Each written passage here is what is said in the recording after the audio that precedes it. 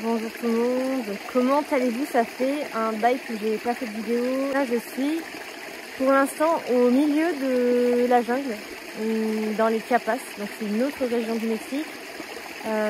C'est le sud, en tout cas c'est le sud du Mexique et je dirais le milieu de la corde en fait que représente le pays.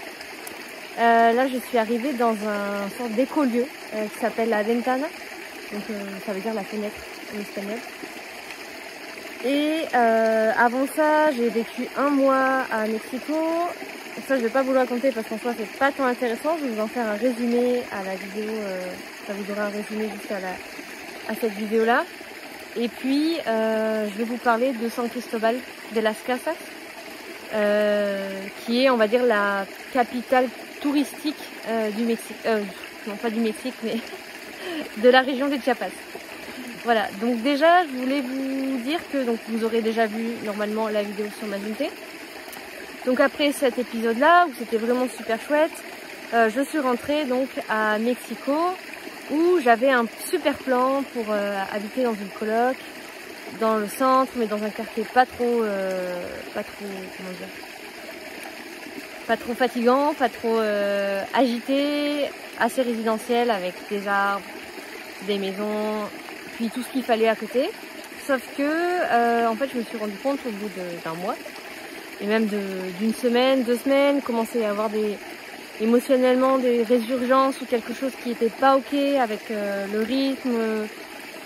Il y avait un rythme en fait au début quand je suis arrivée où je voyais des gens, on pouvait rencontrer des gens, c'était sympa, etc. Puis en fait là j'ai atterri, je suis revenue à Mexico et au final c'était plus métro boulot dodo quoi. Je veux dire en tout cas mon entourage avait ce rythme là. Et donc j'ai passé la plus grande partie de mon temps seule et j'avais pas tant de choses à faire que ça parce que mon budget était restreint. Et en fait dans la ville, enfin c'est partout pareil hein, mais quand on va dehors on consomme, donc on a besoin d'argent en fait pour faire des choses en ville. Et il me manquait cruellement la nature, ça c'est certain. Donc ce que j'ai décidé de faire, à un moment donné où ça allait vraiment pas du tout, d'ailleurs je vous avais fait un live sur Instagram à ce sujet, si vous l'avez pas vu, je vous invite à aller le voir parce que la réflexion est intéressante. Donc après ça je me suis dit bon, je reprends mon voyage, je bouge, je m'en vais, même si je sais pas encore trop comment ça va le faire au niveau financier je dirais. J'y vais, je prends la décision de bouger, donc j'ai regardé les billets, le bus. Et je savais quel jour j'allais partir, je me suis engagée envers moi-même à partir, peu importe en fait, peu importe quoi, voilà. Et puis l'idée m'est venue aussi de me dire, bon bah je vais peut-être aussi déménager par la même occasion de Mexico, même si écoute c'est là où j'ai les gens que je connais le mieux, on va dire dans le Mexique. Mais quelque chose m'a dit, c'est pas possible en fait de continuer là, donc faut trouver un autre endroit. Et peut-être ce sera les Chiapas. Bon, je savais là encore pas où j'allais atterrir et je le sais encore pas tout à fait, même si ça se précise un peu. Mais voilà, j'ai décidé ça dans tous les cas. Alors attendez, je vais essayer de trouver une position adéquate pour mon bras parce que là, voilà, pas de quoi le reposer. Donc voilà, j'ai décidé de partir et l'attente a été un peu longue jusqu'à mon départ. Et en même temps j'ai lâché prise sur les choses et vraiment du moment que j'ai décidé de venir dans cette région, tout s'est ouvert avec tant de fluidité, les contacts, parce que du coup je me suis mis en action, je me suis dit bon vas-y, maintenant je vais demander à des gens que je connais, s'ils connaissent des gens sur le Chiapas, je vais en parler autour de moi, etc. Pof, les choses se sont vraiment articulées de manière générale et naturelle autour de cette nouvelle destination que j'avais. Et puis l'idée du déménagement s'est faite de manière très très fluide aussi, ça va partir. Voilà, les choses se font très très fluides et ici en fait ce que me permet l'expérience de ce voyage c'est de me rendre compte à quel point quand je suis mon intuition, mais alors mon intuition, la plus petite des intuitions en fait, et que je la suis, tout est ultra fluide. Donc c'est pas pour rien que ça existe et que c'est, je dirais, la première chose à suivre avant même de suivre le mental, parce que j'aurais pu inventer, et je pense que ça s'est fait à ce moment-là, mais je m'en rappelle plus. 1000 excuses en fait pour ne pas déménager, parce que c'était un super plan, parce que des plans comme ça à Mexico, il y en a très peu. Et en même temps, si je veux vraiment incarner le fait que je vis dans l'abondance, en fait des plans comme ça je peux en retrouver ailleurs, et c'est pas très grave parce que je vis dans l'abondance. Donc si à un moment donné je recherche un autre truc, bah il y a autre chose qui va venir et qui va être parfait pour moi. Donc excusez-moi, mais je me fais à la fois piquer aussi par des moustiques, donc c'est pour ça que c'est une vidéo assez agitée. Voilà. Donc après ce mois à Mexico, je pars à San Cristobal, je prends un bus de nuit qui me fait arriver à San Cristobal après 17 heures de bus. C'est mon record battu pour l'instant. Et j'ai fait 899, je crois, kilomètres. Mexico, on va dire, c'est là pour vous dire, et les Chiapas, c'est là. Donc vraiment, c'était très très très long. Et en même temps, comme c'était un bus de nuit, j'ai pas trop vu le temps passer. Et puis j'ai discuté avec un homme qui était à côté de moi, qui faisait un espèce de sport à base de cheval, à partir du cheval. Donc c'était très intéressant. Et ça, c'est le métier. Voilà, c'est des choses comme ça, ponctuelles, et des rencontres. Et donc je suis arrivée à San Cristobal. Je sais plus quel temps il faisait à ce moment-là, mais il faisait, je crois, pas très beau. En fait, San Cristobal, c'est dans la montagne. C'est une ville qui est quand même de 200 000 habitants, donc on dirait que c'est petit, mais en fait c'est grand. C'est très étalé. Et il y a un climat assez variable parce que c'est dans les montagnes. Donc il fait moins chaud que dans les endroits où j'étais, par exemple. Mais en même temps, on va dire au milieu de la journée, il peut faire très très chaud si c'est ensoleillé. Et quand il pleut, il fait froid et humide, et ça c'est vraiment pas très agréable. En tout cas, moi c'est pas un climat qui me convient. C'est pas le climat optimal dans lequel j'aime être.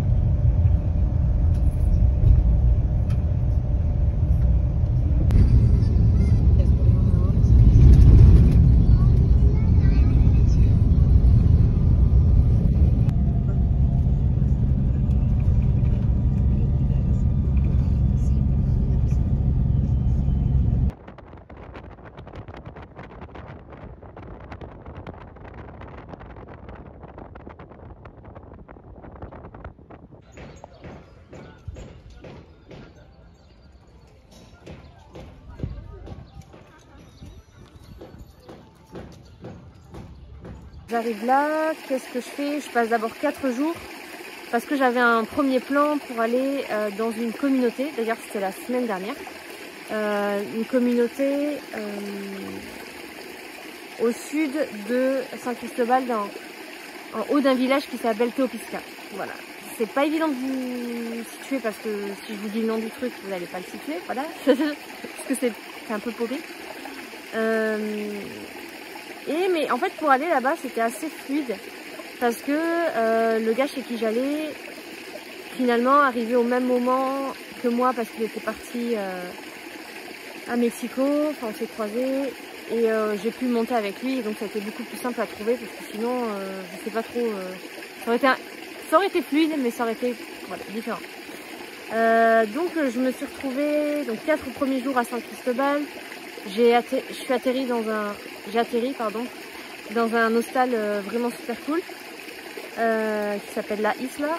C'était vraiment assez spirituel, mais là c'était un peu la vibe hippie occidentale, comme on aime tant faire ici apparemment, parce que ça s'y prête, parce qu'il fait beau, parce qu'il fait chaud, parce qu'il y a des trucs artisanaux, parce qu'il y a des traditions. Donc on met notre sauce de spiritualisme occidental un peu partout. Alors des fois c'est chouette. Il y a juste un oiseau que je n'ai pas encore vu qui vient d'atterrir. Voilà, qui est reparti. il y a des trucs où c'est chouette, mais il y a des trucs où c'est vraiment...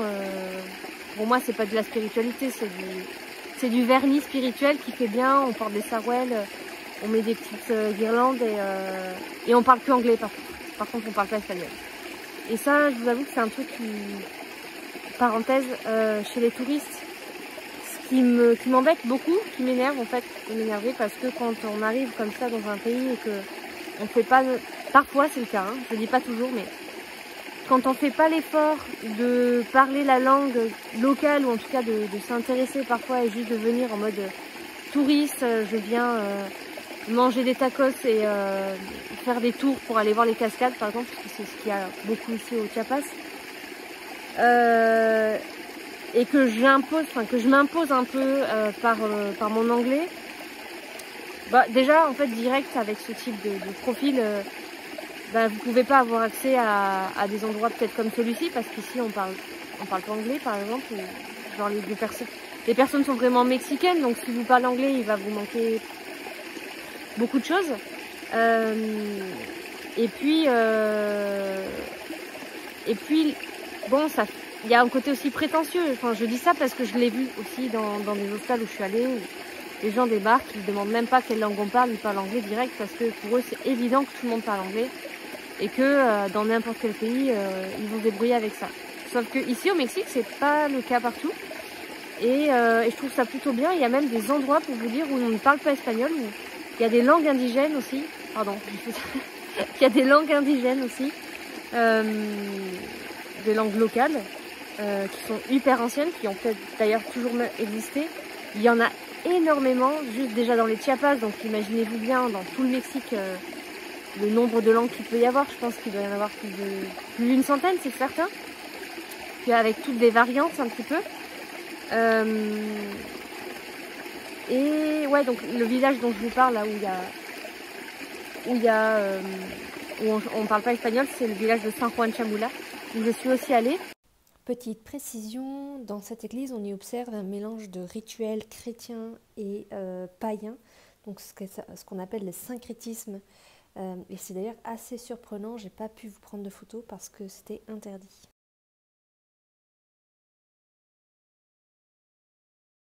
Et voilà, là je me fais défoncer par les moustiques, alors j'essaye de faire en sorte que ce soit pas trop un carnage. Voilà, donc ça c'était la partie San Cristobal. Après j'ai passé la semaine dernière, donc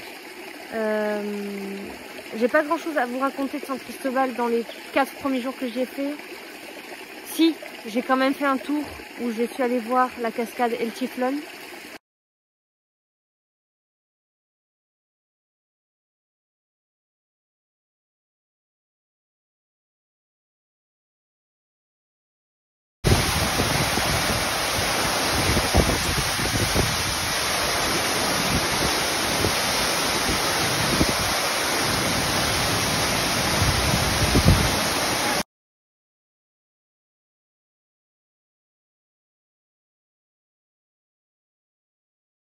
Magnifique, genre le paradis sur terre. Je me suis baignée dans les eaux, l'eau est turquoise, si claire. Et en fait, dans les premiers jours à San Cristobal, j'arrive, donc je suis dans la ville. Et je me dis, c'est encore pas ça parce que c'est une ville. C'est une ville où il y a plein de trucs et t'as vite fait en fait d'acheter plein de choses, de manger plein de choses dehors parce que il y a un melting pot aussi qui est très intéressant ici à San Cristobal parce que il y a à la fois les occidentaux qui amènent des trucs et puis les gens locaux et les indigènes et tout ça, ça a aussi un mélange bénéfique. Pardon, hein, je fais bouger ma main mais c'est parce qu'il y a des moustiques. Et donc je me suis dit bon je vais m'offrir un tour parce que c'est sous forme de tour ou une sorte d'expédition en fait qu'on vous vend. J'en ai fait une avant de partir là à la communauté. Donc pour aller voir cette cascade et normalement on devait aussi aller voir une série de lacs mais au moment où on est arrivé il y avait de la brume parce que c'est la montagne.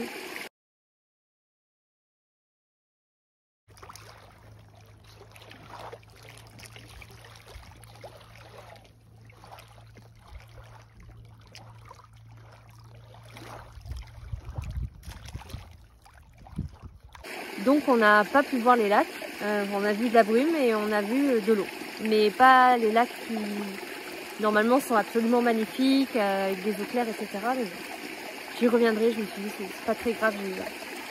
J'ai eu un truc sur deux et puis le chauffeur était sympa. Et puis c'était quand même vraiment bien les endroits paumés où on est allé. Voilà. Et c'était un peu les premiers contacts avec la jungle, je dirais, parce qu'on est passé dans des endroits vraiment de jungle, quoi, de jungle de montagne. Voilà, donc ensuite je monte à la communauté qui s'appelle El Hogar de la Tierra, ça veut dire le foyer de la terre. Et voici maintenant l'intérieur de la maison de l'homme en fait chez qui j'étais et avec qui j'ai partagé la semaine avec ses enfants. Donc c'est une maison en terre cuite et en matériaux essentiellement écologiques. Donc il y a pas mal de terre, voilà, partout. Et c'est quand même assez agréable parce que c'est une maison qui respire. Donc bon, quand il fait froid, bah, il fait froid. Et quand il fait chaud, il fait quand même bon. Donc je vous laisse visiter.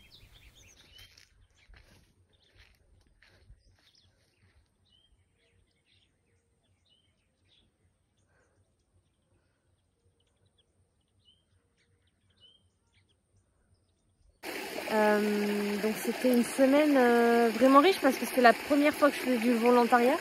Enfin non, j'avais fait déjà du woofing, mais là c'était du volontariat. Et donc j'étais chez cet homme qui avait l'habitude d'accueillir des volontaires. Et il y avait ses enfants aussi parce que c'était la semaine sainte. La semaine sainte ici, c'est la semaine qui précède Pâques pour nous, avec le dimanche et le lundi. Mais toute la semaine avant ici, c'est la semaine de vacances générales où tout le monde, absolument tout le monde au Mexique est en vacances.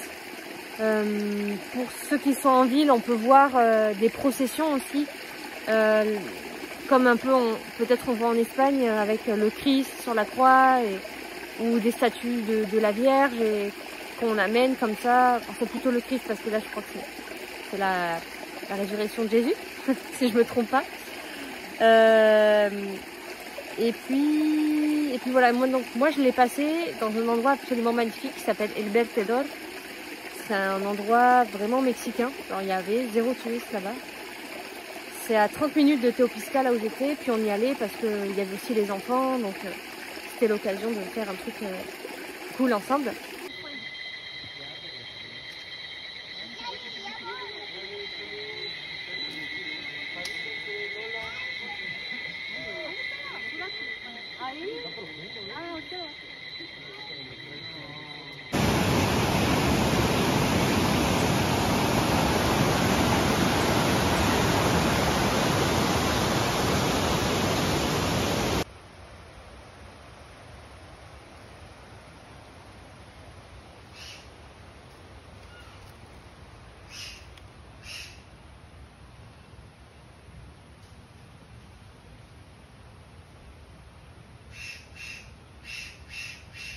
On y a campé, je me suis fait défoncer par des moustiques, des araignées et des trucs qui piquent et qui grattent.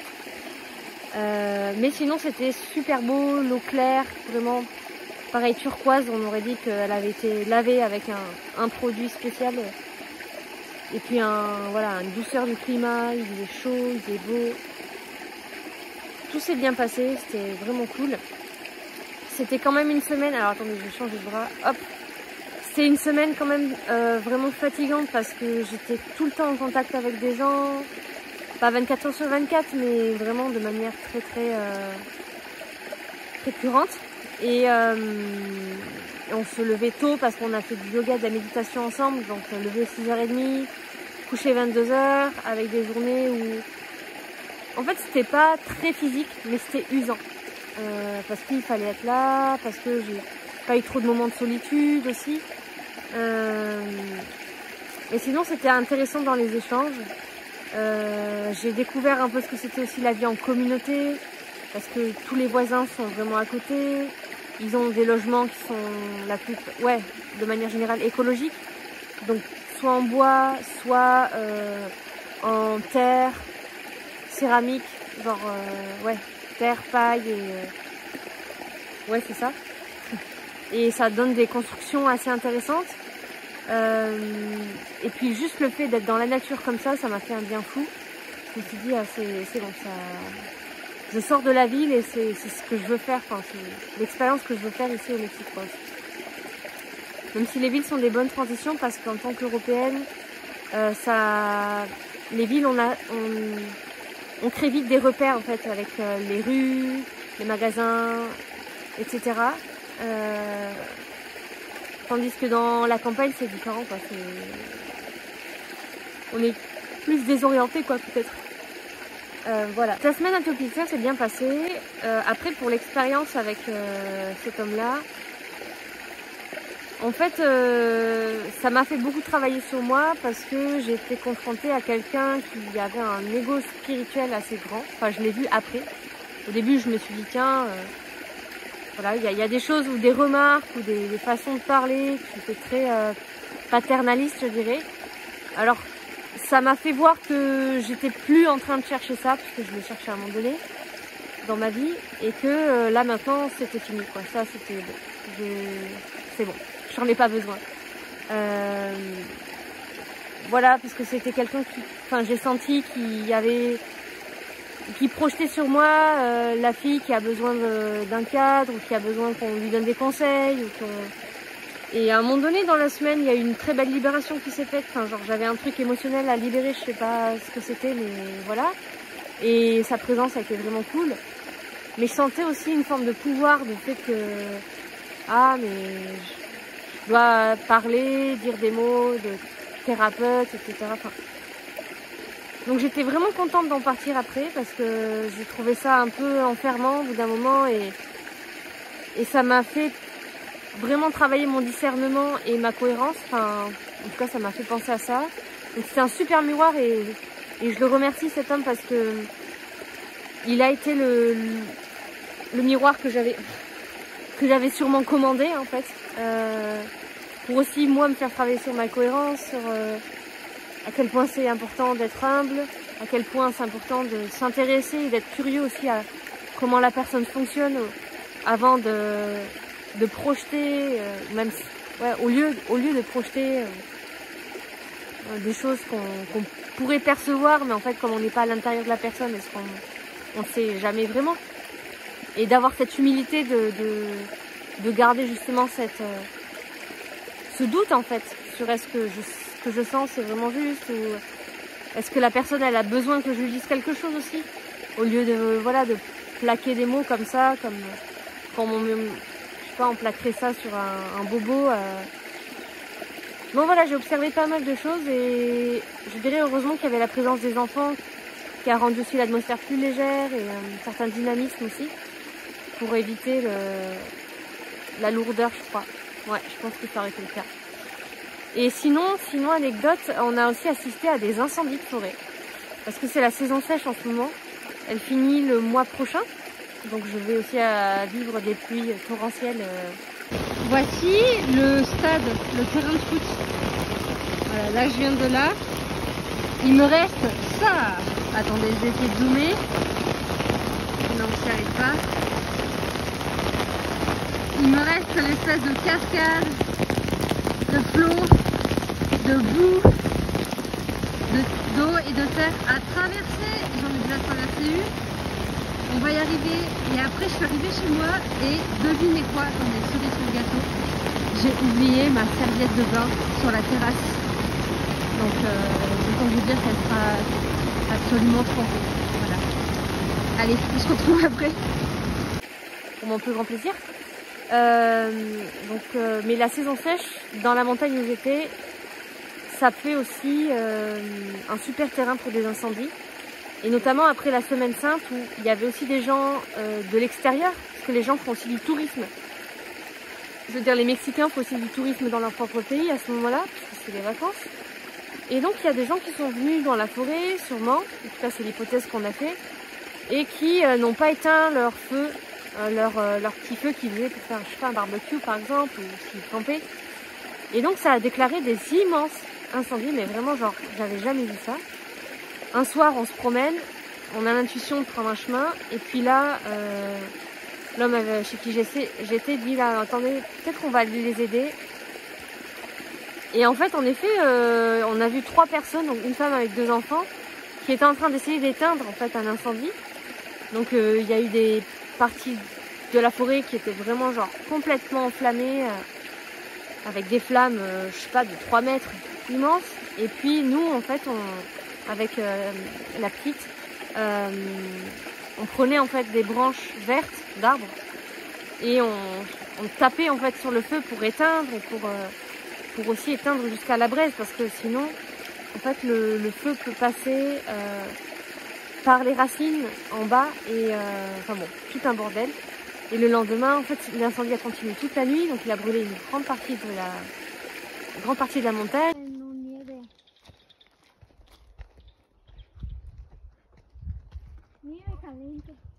Il y a eu mobilisation vraiment locale, générale de plusieurs personnes, enfin genre de 80 personnes, je crois, de différentes communautés, on va dire, de différents villages alentours. En fait, ici, ce qu'il faut savoir, c'est que les gens, quand ils veulent faire quelque chose, ils n'attendent pas les autorités, parce que les autorités ici, elles font pas grand-chose au final. Enfin, pas grand-chose en termes de concret, local. Et ici, les gens savent très bien se mettre en lien pour, par exemple, éteindre l'incendie. Il y a des sortes d'organisations locales qui gèrent ça, en fait. Donc, c'est les gens qui gèrent ça entre eux, en autonomie. Et j'ai trouvé ça vachement inspirant et intelligent, quoi, de ne pas attendre que... Ici, il n'y a pas des pompiers qui vont venir les sauver ou la police qui va venir faire quelque chose. On peut relayer l'information, mais les gens, s'ils veulent que ça s'éteigne, il faut qu'ils le fassent eux-mêmes, quoi. Donc ça implique de s'organiser. Voilà, un peu globalement, là je vous fais un bon résumé de cette dernière partie pour aussi que ce soit pas trop long, et parce qu'en fait, au fur et à mesure que moi je fais mon voyage, il y a des fois des choses qui sont moins fraîches en fait dans mon esprit. Mais voilà, vous avez l'essentiel et puis vous ressentez, vous allez voir les photos aussi que je vais vous montrer. Donc voilà pour cette partie-là, je dirais Mexico, San Cristobal, Teopisca. Ça c'est une bonne grosse partie. Et puis là, je vais vous raconter par la suite, donc là où je suis maintenant, et notamment comment je suis arrivée, parce que ça c'est encore toute une aventure. Si vous souhaitez suivre mes aventures au Mexique et les prochaines vidéos, n'hésitez pas à vous abonner directement. Merci pour vos commentaires et pour vos questions, si vous en avez, je me ferai un plaisir d'y répondre. À très bientôt.